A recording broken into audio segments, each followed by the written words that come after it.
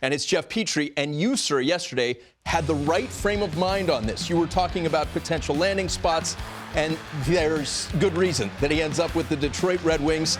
Detroit acquiring him from Montreal for Gustav Lindstrom and a 2025 conditional pick. Petrie will turn 35 this December. The man who made the deal, Habs GM Kent Hughes on the trade. Listen, I'm a believer in general, whether it be players or people, Stu, that you try to do the right thing. Certainly in this case, as I mentioned, I called Jeff. I said, listen, I know you didn't go to bed expecting to hear from me. We saw an opportunity here to facilitate the trade between Pittsburgh and San Jose and to help ourselves. But we're mindful that you've got a family and your own career, and Montreal's probably not the place you're expecting to play. So I think it's important. We want to build an organization that when we can work together to do what's best for ourselves and the players, we'll always try to do that. And we do hope that over time, players take note and want to be a part of it. Good for Kent Hughes living in Endor from Return of the Jedi. Just nothing but trees. Beautiful. This is a beautiful move. The Red Wings acquiring Jeff Petrie. The Canadiens retain 50% of Petrie's salary, and you see who's going the other way. The trade details.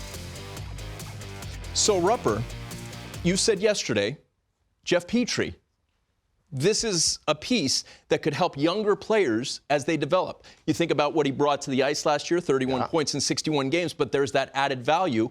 Steve Yzerman saw the same thing. Yeah, and so here's the thing with Jeff Petrie. I'm a big Jeff Petrie fan. I know it didn't really work out very well in Pittsburgh last season. It was a tough year in Pittsburgh overall for, I think, a lot of players, right? So we know through that first process that there was the salary. Maybe we could just put up the salary. Cap hit. Cap hit, because this is what kind of makes this deal work and makes it very interesting, because the full cap hit is $625. The Penguins retain some in the move to Montreal. But if you remember, Jeff Petrie, for family preference, wanted to get out of Montreal or be kind of a little more specific to where he wanted to be at this stage of his career. He's a Michigander. Yes. So when that trade happens, there was a lot of rumors. You knew he was gonna get moved again. So then now you have Montreal, like we just saw, taking on a pretty good cap hit. So this makes this a very inexpensive move, I think, here for the Detroit Red Wings. And like you mentioned, he's from Ann Arbor, Michigan. So I like the human side of this with Kent Hughes talking about, we'd like to see what we could do. I mean, obviously you have a job to do and to make your team better, but to facilitate something that Jeff Petrie would want. Now to the on-ice stuff, I think this is great because I love his career when you've looked at the progression of Jeff Petrie, and he's going to Detroit here with a very young D-core. And when we look at their matrix of their team on the back end, you've got 22, 20. I mean, you look at those ages right there. So you got Ben Chiarot already on roster. He went to the finals with Jeff Petrie of the Montreal Canadiens. Like, these are guys they're weathered guys. They can still provide something. It's not just to go in there and be a role model. Like, they're supposed to go in there to play too, right? But it's about kind of showing the young players what it's like to be a pro in the NHL and just to work at that craft. So I think this is a great move for Detroit.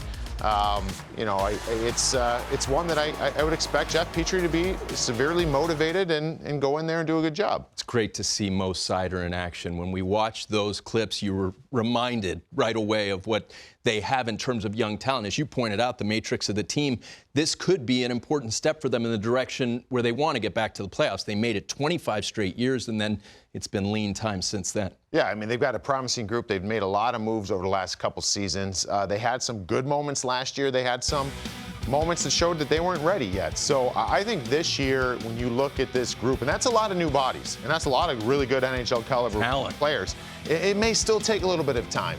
But at the end of the season, this team must be in a playoff race to get in.